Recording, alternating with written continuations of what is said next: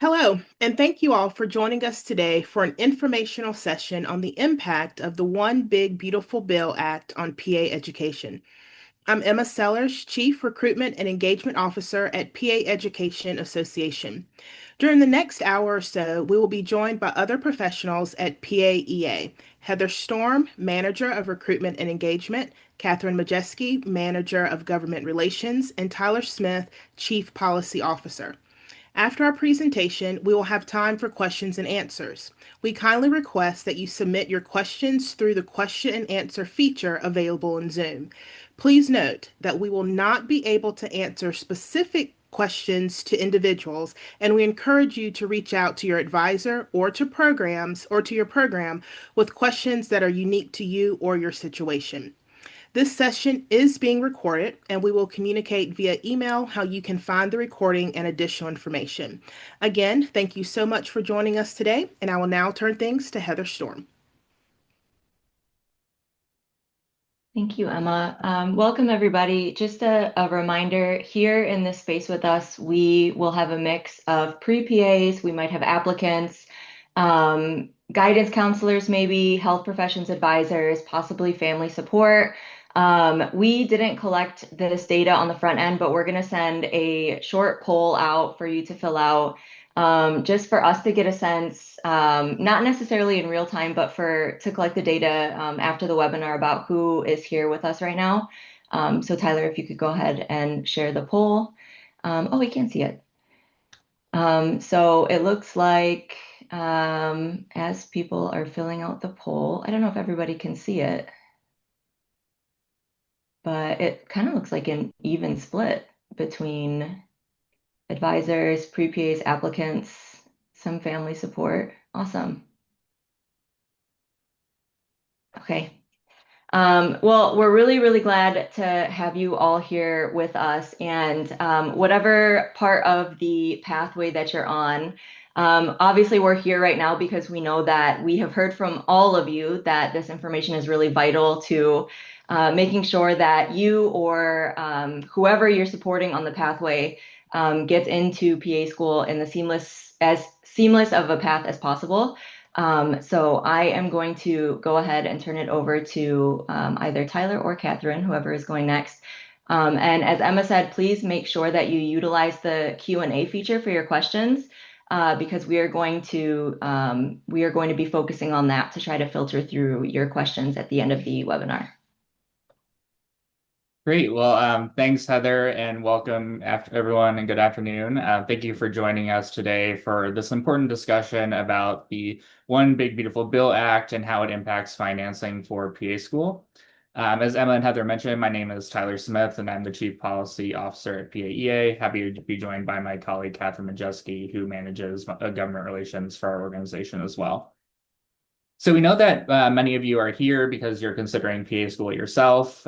You may be advising students on this journey, or you're simply trying to understand the implications of this new law, as I know a lot of folks in higher education are right now. So the goal of our session today is really to break down the new One Big Beautiful Bill Act, give you a sense of what it changes, what it means for financing of PA education, and what options are available to really help make the path to PA school more affordable.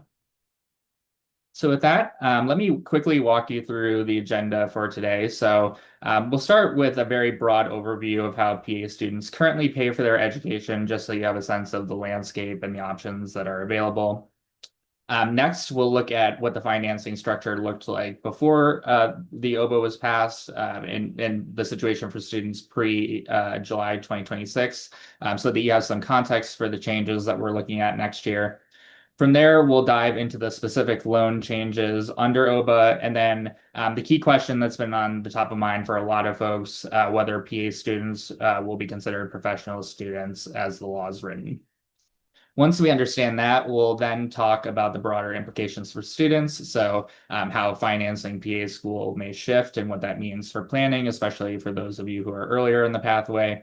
And then we'll close by reviewing debt reduction and repayment strategies that are available for PA students before turning to Q&A. All right, so with that, we'll go ahead and get started. So, talking about the landscape, so when it comes to financing their education, most PA students rely pretty heavily on student loans, but there are really multiple sources at play that people use varying combinations of to successfully matriculate and then complete their program. So currently and really moving forward as well, federal student loans are usually the first line of support because they typically come with the most protections for borrowers, things like income-driven repayment options after you graduate, loan forgiveness programs, as well as fixed interest rates across the board. Beyond that, some students choose or need to supplement their federal student loans with private loans. These differ in that they often require a cosigner and typically carry higher interest rates. But in certain circumstances, especially for students with high credit scores and things like that, they can be advantageous in particular circumstances. Beyond student loans, other important sources of financial aid include scholarships, which may come from institutions, professional organizations, or government programs. And then finally, many students lean on personal resources that they may have access to, so their personal savings, help from family, in some cases, part-time work for or during school, although that can be difficult during PA school just given the nature of the program. But there are also those options available for lots of students. Like I said at the top, though, federal loans really have served as the backbone for how most students pay for their education, and that's why federal policy changes like the ones that we're looking at are so important, especially for folks coming through the pipeline. So with that, I'll turn it over to Catherine, who will talk us through what the PA school financing world looked like pre-July 2026. Thank you, Tyler. So, before the new law, PA students were treated differently than many of their peers in other health professions. So, unlike physicians, dentists, or veterinarians, PA students were not classified as health professional graduate students who had access to higher unsubsidized direct loan borrowing limits. So, what this meant is that their access to lower interest unsubsidized direct loans was capped at $20,500 per year. So once they hit that cap, they had to turn to Grad Plus loans, which come with higher interest rates as well as higher origination fees. So this structure created a two-tiered borrowing system. Other health professions had access to higher unsubsidized borrowing limits, while PA students had to rely more heavily on the more expensive Grad Plus loans. Private loans were always an option that was on the table, but because of the lack of borrower protections and then also eligibility for forgiveness programs, most students understandably tried to avoid them as best as possible. So let's go ahead and look at a practical example. Jordan is a PA student attending a 2-year program that costs $120,000 in total. In year one, Jordan is able to borrow $20,500 in unsubsidized Stafford loans at an interest rate of about 7.9%. But because tuition and expenses exceed that amount, Jordan needs to take an additional $39,500 in Grad Plus loans, which carry a higher 8.9% interest rate. The same situation repeats again in year two, except rates have climbed slightly. So 8.2% on the Stafford loan and 9.2% on the Grad Plus loan. The good news for Jordan is that they don't need to rely on private loans, meaning they still qualify for federal loan benefits like income-driven repayment and public service loan forgiveness. But the downside is that half or more of their debt is tied up in loans with higher interest rates, which increases the overall cost of borrowing. The new law introduces major structural changes. First and foremost, Grad Plus loans will be phased out for new borrowers after July 1st, 2026. And that's a big deal because those loans have been the safety net option that allowed students to borrow up to the full cost of attendance. In their place, the law creates new unsubsidized direct loan limits. So, graduate students who are not in professional programs will have a $20,500 annual cap and a $100,000 lifetime cap. Professional students, on the other hand, will have a $50,000 annual cap and a $200,000 lifetime cap. On top of that, there's a universal lifetime borrowing cap of $257,500 that applies to all federal student loans. So this means both undergraduate and graduate combined. This new structure is designed to limit how much students can borrow, and it also makes the classification of PAA students absolutely critical. And so Tyler will go more into why that matters. Yeah, so as Catherine mentioned, the classification of PA students under this structure is really critical. The big question right now is, will PA students be considered professional students for the purposes of federal borrowing moving forward? The answer to that will determine whether they can access the higher borrowing limits or whether they'll be capped at $20,500 annually, which would leave a significant funding gap for many PA programs across the country. As much as this may seem like an academic question, this really directly impacts whether PA programs will remain financially feasible for lots of students. So we wanted to dedicate a lot of time to where the thinking currently is on the professional student definition. So the law as passed doesn't leave the Department of Education free to define PA professional students however it wants. Instead, it explicitly requires the Department of Education to use the regulatory definition that was in place at the time that the OBBBA was enacted. So just to walk through what the definition requires, the definition says that a professional degree must, one, prepare a student for practice in a given profession, two, require a level of skill beyond a bachelor's degree, and three, typically require licensure. So the regulatory definition that was cited in the law lists specific examples of degree programs that could meet this requirement, including pharmacy, dentistry, medicine, law, veterinary medicine, chiropractic medicine, optometry, podiatry, and even programs like theology. What's important to note from this list of examples is that it explicitly does not include all eligible professions, and that it includes both doctoral and master's level programs, which makes it clear that the definition isn't restricted only to doctoral degrees. So testing PA programs against these requirements, we find that PA programs meet each one of them. Completing a PA program is the academic requirement to begin practicing as a PA. All PA programs award a master's degree, which is beyond the bachelor's level, and professional licensure is required to actually practice using the academic training that you've received in your program. As I stated, the definition does not exclude master's programs as given by the theology example, and the examples provided by law include both master's and doctoral programs. So by every measure, it's PAEA's position and interpretation that PA students fit squarely within the definition of professional students.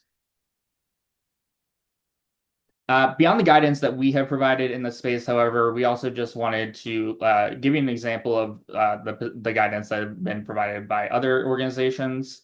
So on the professional student question, the National Association of Independent Colleges and Universities has advised that PAs, among other professions such as physical therapists, occupational therapists, family nurse practitioners, psychologists, are likely to meet the regulatory definition of professional degree programs, and that sponsoring institutions of these programs should review all programs for adherence to the stipulations of the regulatory definition before deciding whether or not to classify their programs as professional. So with all this in mind, of course, we know that institutions and students may still have questions. So we expect that the Department of Education will issue further guidance through negotiated rulemaking to clarify exactly which programs qualify under the professional student definition and the graduate student definition. One thing that is important to note, though, which I alluded to at the beginning, is that the department is bound by the statutory definition that Congress put into law. They cannot arbitrarily exclude PAs from the professional student category, and so this gives us a strong basis for confidence, even as we wait for additional clarity to come from the department. So on the basis of all of these assumptions, we wanted to revisit Jordan's example under the OBBBA rules. So assuming that the department appropriately recognizes the professional student status of PA programs, Jordan would be able to borrow up to $50,000 per year in unsubsidized loans using the interest rates we used before, so at 7.9% for unsubsidized Stafford loans. Given that he needs to finance $120,000 of his cost of attendance, in this example, Jordan is able to finance $100,000 of that through federal loans, but the last $20,000 he'll have to rely upon either from private loans, as we used in this example, or from alternative sources of funding. Compared to the pre-OBBBA structure, Jordan has more access to lower interest on subsidized loans, but also faces a new reliance on private loans in order to bridge the gap in terms of cost of attendance for his program.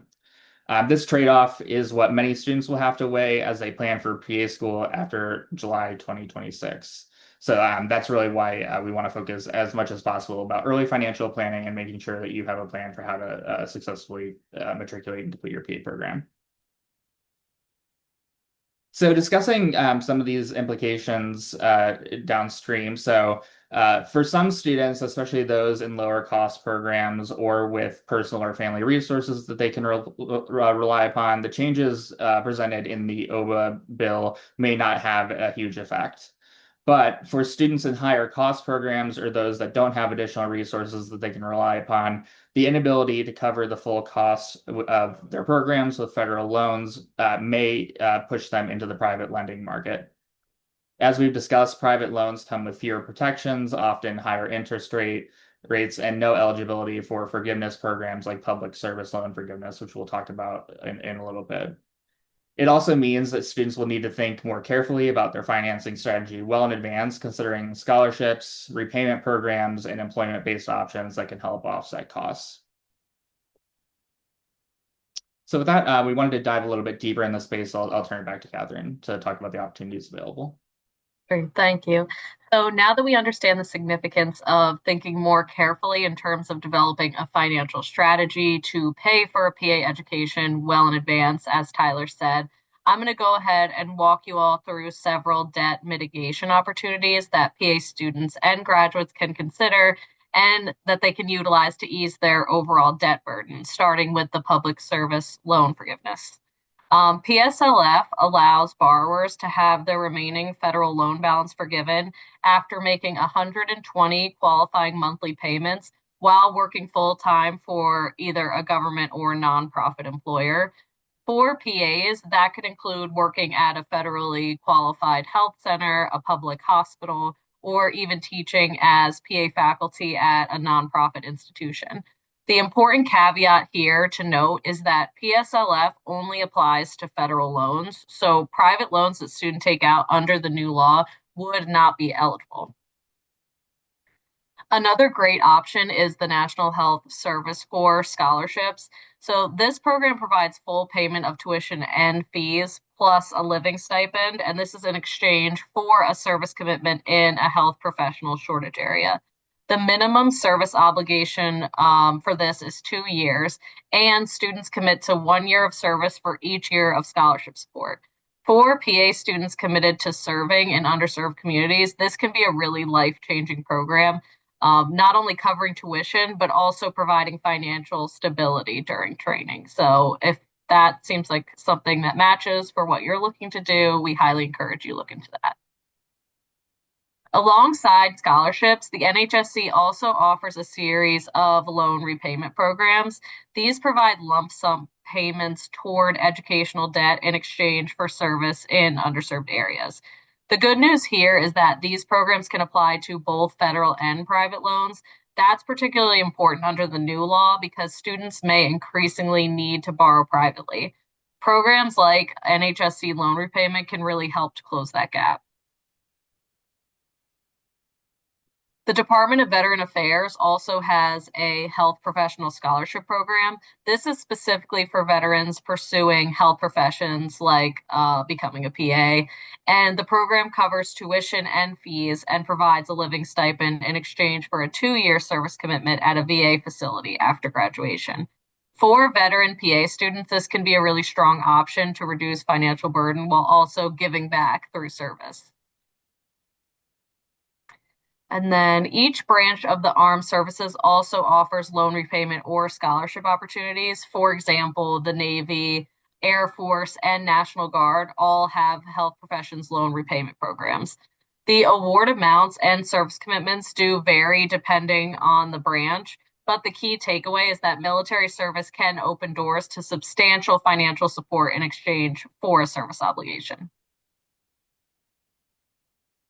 And finally, many private healthcare employers have begun offering loan repayment assistance as part of their recruitment and retention strategies. These programs vary widely in terms of repayment amounts and service commitments, but they can provide meaningful relief nonetheless. If you're considering your career path after graduation, it's worth asking potential employers what kind of loan repayment or tuition support benefits that they offer, because these can significantly reduce the long-term financial burden. All right. So just to wrap up before we go ahead and open it up to questions. So as you can see, the OBBA makes some big changes to how students finance PA school and the options that are available.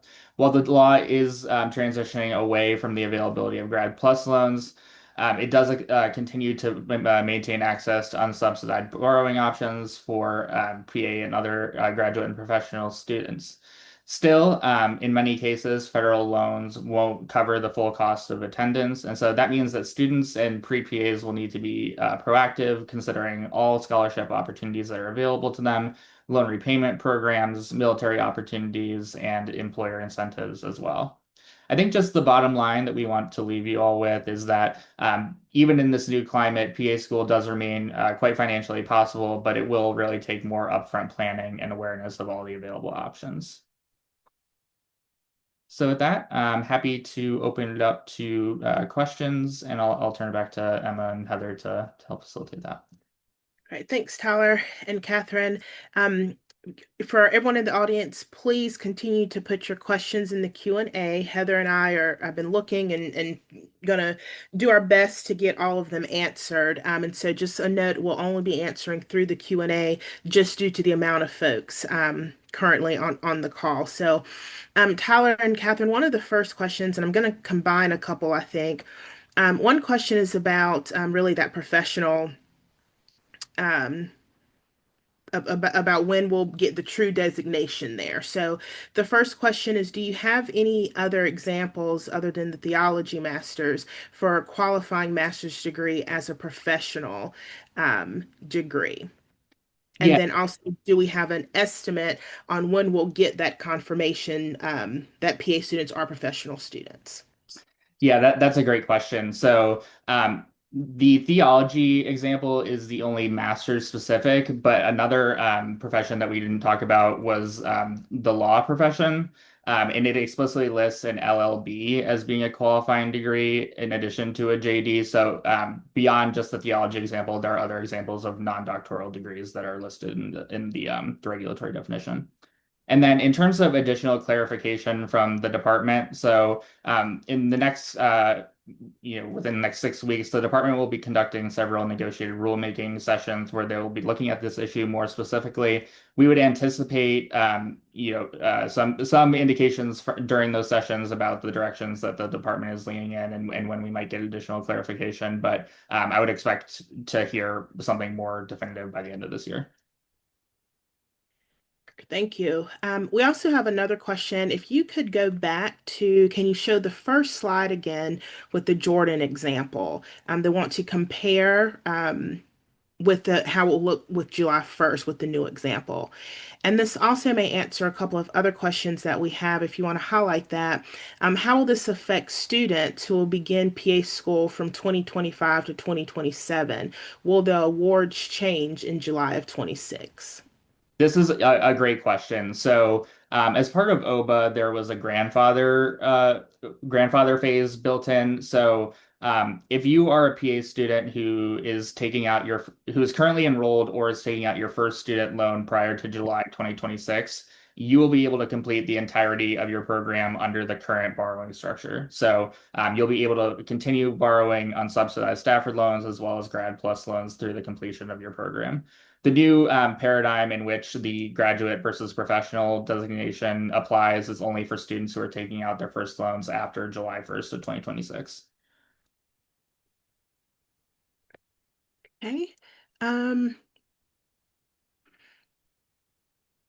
And a couple questions about scholarships here. For scholarship programs, when do we start applying? Is it after being enrolled to a PA program? Is there anything we can do to prepare if we're not yet enrolled?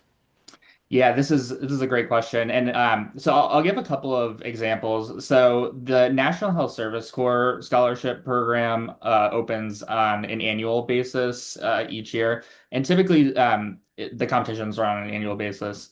And typically what we advise people to do who are interested in that option is to plan like prior to like the start of PA school rather than once they're in PA school. The reason why we say that is that the NHSC will provide a year of scholarship support for every year that you like commit to the program. So if you get the scholarship at the like start of your program, you should be able to cover all of your expenses. That being said, if you didn't become aware of the program or you weren't necessarily interested in applying until you were later on, you can still apply. If you're in like say like at the end of the first year of your PA program and you want support for the second year, just like the amount of support that you'll get and the service commitment that you'll have to provide just will be less. In terms of private scholarships, those really are kind of all over the board. So I know PAEA has some good resources about some of the opportunities that are available from PA organizations and other folks that are interested in supporting the health workforce. So definitely encourage you to check that out for timing and more information about the resources that are available on that front. I'm gonna not skip over some of these questions, but just to kind of answer them in here, there's some questions about like military and employer-based repayment programs. So whether or not you have to be in the military first, some of these are linked on we have a page in here that's on our website, how we can help paying for PA school. And a lot of these repayment programs and things like that are linked. And I can also put the link in the chat in just a minute. And all of the criteria for these repayment programs are linked in there that you can look up. So I recommend that. And as soon as I get a minute, I'll put the link in the chat for you. Tyler, or Catherine, are the rates of private loans anticipated to go up following these changes? Yeah, this is a great question. So, the interest rates that are charged in the private loan market really are dependent upon a couple of factors. So, number one, broader interest rates that are set by the Fed tend to dictate rates for consumer lending. So, given that interest rates are in general going down, we would anticipate that to also be reflected in the private loan market.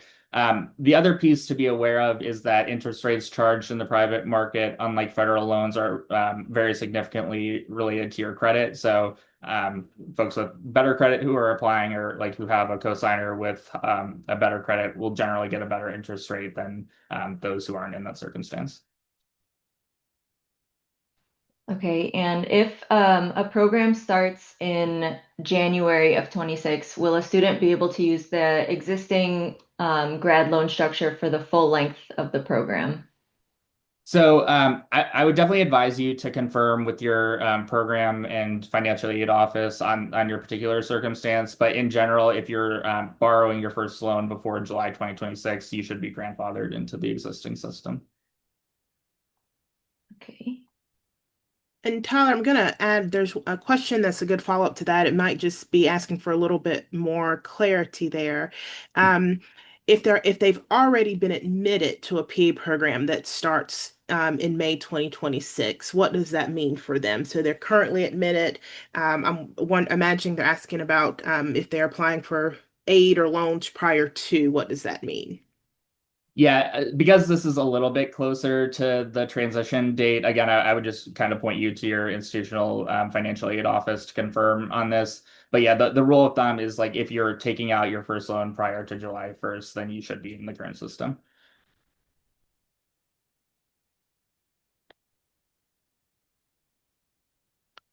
Okay, and apologize. We're going through and we're answering some and kind of going through. So, one question here: what do you think will replace the Grad Plus loans? Once they phase out?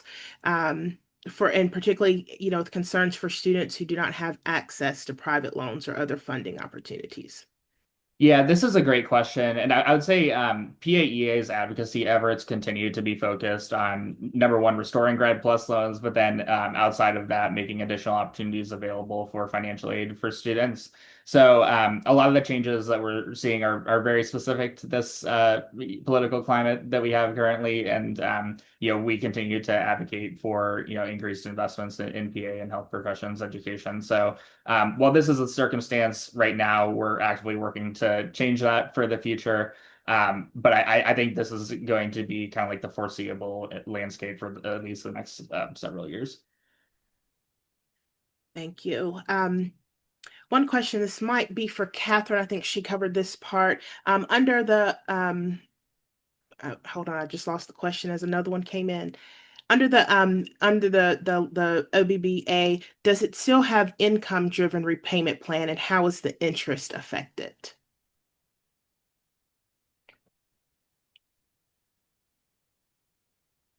Tyler, you can go ahead and jump in if you'd like.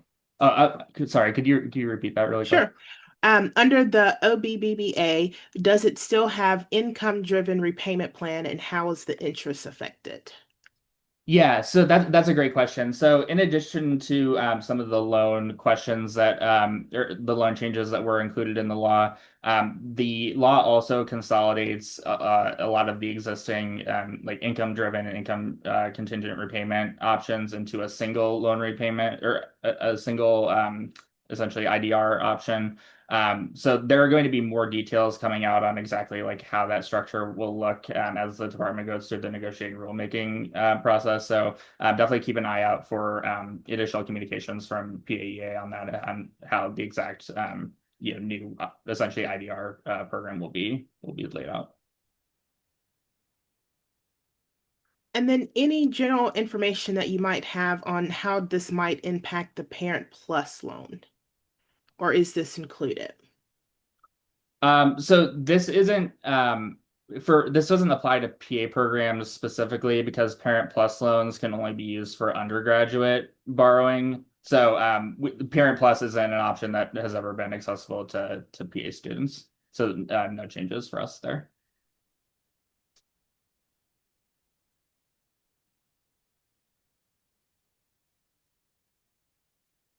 Okay, I'm scrolling here. Some have been kind of answered in the group.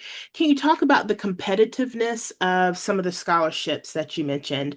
Is kind of the general question here. Yeah, that's a great question. So I can give the NHSC as an example. So generally, what we see is that it's definitely competitive, but also accept like there are negligible chances of being accepted. But one thing that we do kind of like to highlight for folks is that the loan repayment options that are available tend to have higher acceptance rates. So what we typically see is NHSC loan repayment being accepted at around like 40% each cohort, and then NHSC scholarships are around 10% are accepted. So in a lot of cases, if you are able to arrange financing on the front end, we typically see the chances of success being higher on the back end when you can apply for loan repayment. And this is, oh, I'm Oh, sorry. Go ahead, Heather. well, someone had a kind of in-depth question, but I think it's about like the career changers. So it's kind of involved, but um, assuming PA is considered a professional student, how are career changers factored into this? Which I know you talked about a bit, but if you could maybe go over it again. Will a student still have access to graduate aid up to 100K and professional federal aid up to 200K question mark? Are these separate maximums not to exceed a lifetime max of 257K? I think the general question is how is that affected by this? If you could explain that again. Yeah, so this is one of the more concerning implications of the law is for career changers because the limits that are laid out as lifetime limits are just that lifetime. So if you previously were in a different professional program that you had to borrow significantly for, that does reduce what you would be eligible for PA school. Similarly, for undergraduate, if you had to borrow significantly for undergrad, that would also impact the overall lifetime borrowing limit of 257,500. So when they say lifetime, they mean like lifetime across the different degree programs that you may be borrowing for.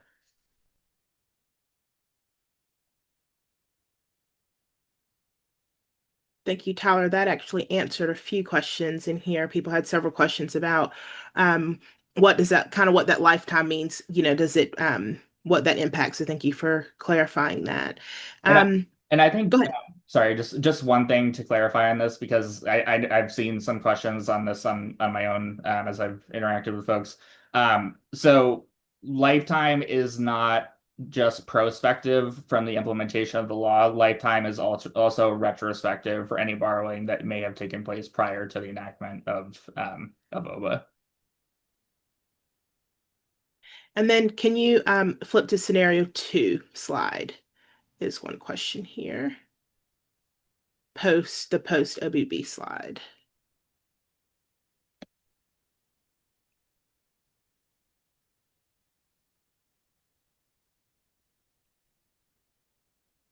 This is a good question, Tyler. If my spouse or if a spouse is also in graduate school next year, but their school is paid for, can they take out loans to cover my finances? So can a spouse take out loans to assist with their spouse? So generally not through federal borrowing options. However, there may be some private options that may be available, in terms of like personal loans, like those sorts of things. So I would say like to the extent that you're looking into those options, like you if it is possible, it would take place on the private side because generally federal student loans are made directly to the individual who's attending the program. Then another question we have, with all of the changes that are happening, do we know, is there any conversation about, of course, PA programs specifically, but I think we could broaden it to institutions reducing tuition to make it more affordable to cover for some of these um, changes?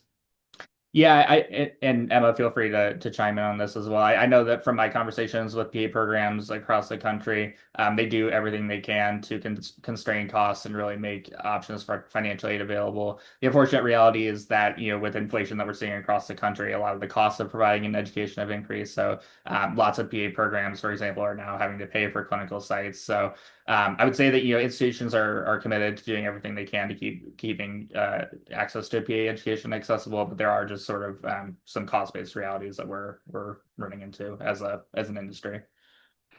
Yeah, and no, Todd, I wouldn't have anything other to add.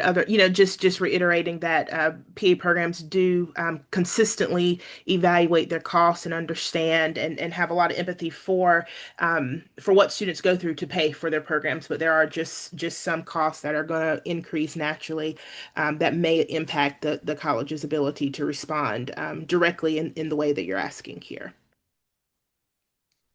And one other question here. Do you know what the intended goal of this of the OBBBA is regarding student loan debt? Does it reduce, consolidate, privatize loans? Do we have the why, I guess? Do we have any reason for that? Yeah, that's a great question. So I think the OBBA was a fairly wide-ranging bill that was primarily focused on tax policy, actually. So the primary goal of the bill was to extend the tax cuts that were initially enacted in 2017, making a lot of the personal income tax reductions permanent. And so to address that, we saw Congress aggressively searching for what's called pay-fors, essentially programs that can be cut in order to finance the cost of extending the tax cuts. So a lot of you may have seen, significant cuts in terms of Medicaid, which generated $1 trillion in revenue to pay for the tax cuts. Unfortunately, graduate lending has often been captured in this bucket as well. So that I would say that that was really the primary motivation for making the changes that we saw in the bill. Thank you. Um, Does Go the ahead. Yeah. limit still apply if you have already paid off undergraduate federal loans? Yeah, so these the borrowing limits are irrespective of whether or not you currently have loans that are outstanding. So it's really whatever principal that you took out in order to finance whatever programs you may have attended that count towards the limits. Okay, and then somebody else asked, and obviously this is speculation, but do you foresee this being reversed? We're gonna do everything that we can to try.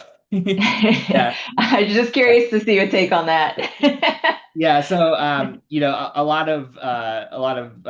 policy developments are really reflective of the political climate that you're in at the time.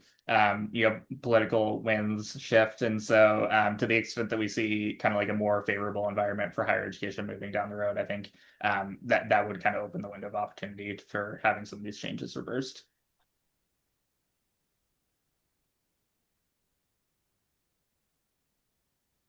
Oh, okay. Um,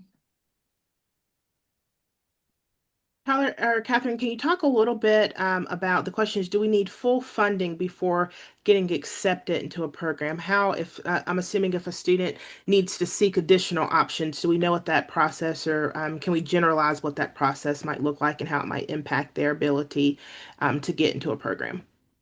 No, so yeah, generally speaking, the admissions process for PA programs is very decoupled from the financial aid components. So students are admitted based upon their merits, whether they have like a compelling application and interview and things like that. So it's really kind of on the responsibility of the student to navigate kind of like what that financial pathway looks like, but that's not really linked to the admissions process for programs. And Tyler, I know that you addressed the parent um, loan earlier, but we have a couple people who joined very late, so didn't hear that. Could you just respond again about how Parent Plus loans are impacted or included in this? Yeah, so Parent Plus loans are restricted by law to be used to support undergraduate education. So they've never been able to be used for PA program financing, even prior to the enactment of OBBA. So any changes to Parent Plus wouldn't be applicable to students looking at the PA program path.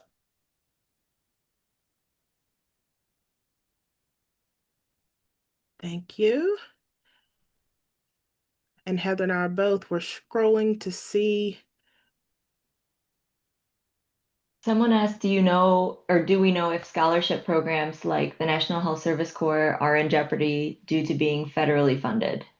Yeah, this is a great question. And it's definitely something that we have been quite encouraged by. So there has been strong bipartisan support both in Congress and even in the administration. So the president's budget for fiscal year 2026 included continued funding for all NHSC programs. So we're very confident in the standing of the NHSC moving forward. Okay. Somebody asked, this is just general, this isn't necessarily for you all to answer, but if there will be another webinar before July 2026 to get more information. Um, I imagine right now things are pretty much the same. If things drastically change, then definitely we can do another one. But I put the fact sheet that our GR team created into the chat, and I also shared in the chat our scholarship and grant resources page for you all for some resources there. Um, and then we'll also share the recording for everybody. And then we'll continue sharing resources as we have them. But until we have new information, we probably won't have another similar webinar. And too, as we're compiling resources for folks, there's a question, do we have a link to the bill and this section specifically so folks can just read directly for themselves? So we could provide that as well, or get you close enough to it.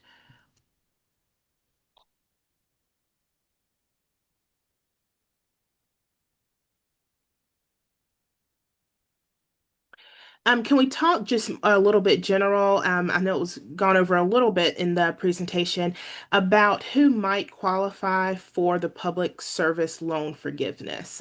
What types of jobs again might qualify for that? Yeah, this is a great question, and it's something that we really highlight for folks who may be interested in either working with underserved communities or who are interested in careers in academia. So, generally, the requirement for public service loan forgiveness is that you have to work for 10 years in either a nonprofit job, so like a 501(c)(3), or for like a local, state, or federal government job. So there are lots of things that would qualify here. So PAs that work at federally qualified health centers, nonprofit hospitals, government-owned facilities, those sorts of things would qualify. And then, especially for those who are interested in academia, if you work at a nonprofit institution of higher education, you would also generally be eligible for public service loan forgiveness.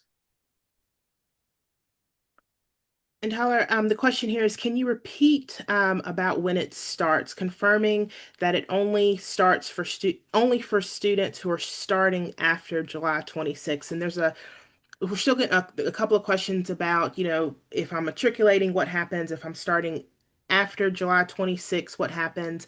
Also, how early can I apply for, for these loans? So just several questions about what that date means and what's happening there. Yeah, a couple of things that I would just point out. So the cutoff is strictly speaking based upon when you take out your first like loan for your program. So if you have questions on exactly when that's going to occur, again, I would encourage you to reach out to the institution that you're applying to or their financial aid office to get clarification on exactly how that will work in terms of timing. Um, and then, sorry, could you remind me of the second part of that, Emma? Yeah, just the matriculating student part too. I think, and you're getting to that, just um do things reset if they when they're applying for that second year? What does that look like? I think you probably hit all the points there. Yeah. Yeah, so again, like it's based on when you first take out your loan for the program. So even if you are continuing your program into late 2026, 2027, you would continue to borrow under the current framework. We have one of our advisors who had to join a bit late. Can you go back over the professional programs listing for like PA?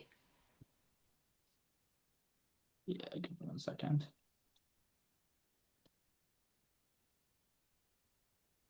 All right, so like I said, the text of OBBA requires the Department of Education to use the regulatory definition of professional degree that was in effect at the time that the law was enacted. So this is pulled directly from the law, a degree that signifies both completion of the academic requirements for beginning practice in a given profession, a level of professional skill that's beyond that normally required for a bachelor's degree, and then professional licensure is also generally required. So in order for a program to be classified as a professional degree, they have to meet all three conditions here. The regulation also includes examples of professional degrees. It explicitly is not inclusive of everything that the department had in mind at the time, and it also includes master's degrees. So based upon the fact that PA programs meet all three of these qualifications, this list is non-exhaustive, and it includes examples of master's degrees. That's why we've asserted that PA students should be classified as professional degree holders. And Heather, I'm typing a answer, so if you have one, please feel free. Clarifying a follow-up question, the Parent Plus loans, do they apply to the lifetime loan cap of the 257,000? That's a good question. If you want to follow up with me after this, I can look into this just to confirm. My understanding at this point is that it's the lifetime limits just apply to the loans personally taken out by the individual. Um, but if you want to follow up with me, I can dig a little bit deeper in that and just confirm my understanding. And just clarifying for the PSLF, That is for full-time work at one of these approved entities, not part-time. Or what does that 10 years have to be? That's correct. Yep. Yep, full-time. Okay. This is somebody's asking something that's very like institution dependent. And so I'm going to type this in, but just to answer broadly, for things that are very like institution specific, like whether an institution will offer a payment plan or extend a time limit or things like that, those are things that you need to check individually with the program. So that's not something that we're able to answer on behalf of the program. Each program has their own individual requirements and things like that. So you have to check with them and you have to check with each individual program that you might be looking at because it will most likely vary from program to program.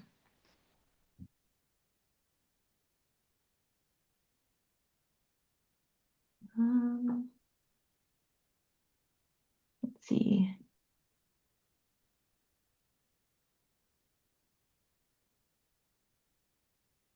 Just another broad question. This was recorded, and we will be sending out the recording to everyone who registered. We'll also be posting the recording on our website on one of the main pages so that you'll be able to access it with a link. So, but also as a registrant, since you registered here, you should get it in your email. That goes the same for slides, correct? Mm-hmm. Yes, Yes. correct. Okay, somebody says, would paying off some of a previous loan now allow for more borrowing in the future? I.e., are the old loans already included in the lifetime cap, or will paying some of the old loan now make space for more borrowing in the future? I think that was the same question twice. Yeah, so the amount that you have paid off doesn't have an impact on the limit amount. The limit amount is directly related to the amount that you've taken out, and it's also retrospective. So it includes borrowing for programs that took place like prior to the new law being enacted. And Tyler, this is just however you're able to respond to this. So, the concern here is that, of course, putting some of these limits might deter folks from applying to some of these programs, and understanding that private loans, are inaccessible for some people. Do we know if banks have been brought into these conversations, and do we think that they might make adjustments as well? Yeah, I mean, I can't necessarily speak to the degree to which like private lenders and banks were involved in some of the policy debate here. I think generally prior to, sorry, just to back up a second. So Grad Plus loans haven't always existed. They were established in 2006 as a way to expand access to higher education, especially for those from disadvantaged backgrounds. So what we're really kind of doing is returning to a pre-2006 environment where student lending was predominantly done in the private market, assuming that the conditions kind of return to that era. It's likely that private lenders will like continue to be able to step into this space. But it's been a while since we've been in that environment, so we're kind of just like relying upon past being prologue here. And we're seeing a lot of questions that folks are asking about their current borrowing history. And again, just encourage you for your specific questions to reach out directly to your program that you've applied to that financial aid counselor there. And they can address some of that very specifically. Several folks are asking, if they have taken out X amount, what that means. So again, just would encourage you to reach out for your specific questions there.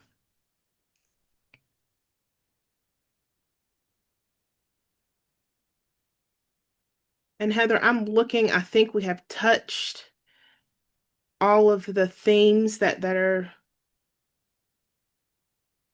here, addressed PSLF, parent The only one loans. that I think I don't know if we covered, but it was at the top. So I don't know if we skipped it or if it's been so long that Hmm. maybe we missed it or I forgot. Is are you hearing any talk about possible changes that could be made to the bill before it takes effect?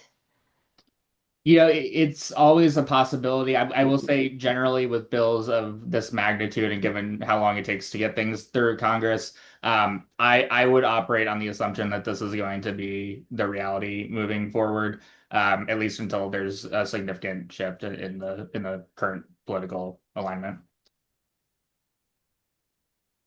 And Tyler, if you're taking out loans before the July 1st, nothing shifts. It's you go through the standard, applying for how you normally would. And if you want to provide detailed specifics, that would address the question.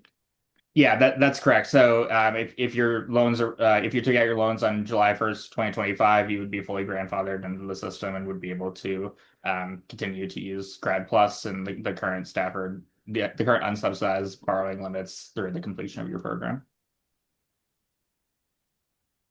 Okay, I think that, Yes. oh, go One other ahead. thing that I'll just address it specifically. So for students who may be applying, completing the FAFSA application now, they are good to go under the current policies, even though they wouldn't possibly not be starting school until July. But since FAFSA was open, they are okay. Is that correct or no? Again, pay attention to the disbursement date of your loan because that will determine whether you're in the current system or will be under the new system. So if the loan is taken out and dispersed like prior to July 1st of next year, you should be all set.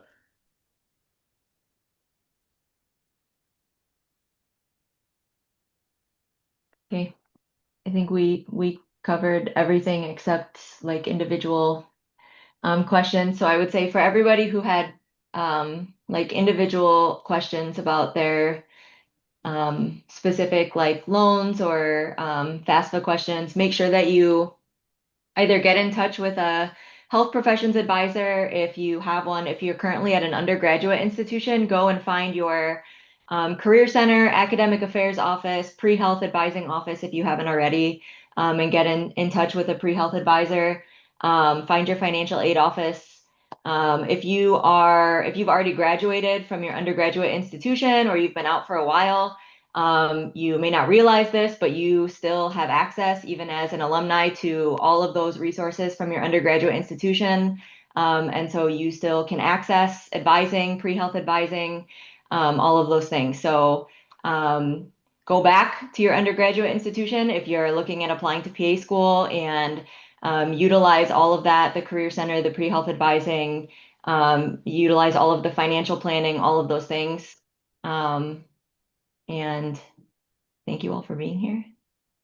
Thank you, Absolutely. Thank you Tyler. all so Thank you, much. Catherine. Thank you all. 100%. Yeah, thank And you. it, And again, everyone, just I'm gonna make sure y'all remember to check your email. We will be communicating more through emails. So several folks again asked about recordings.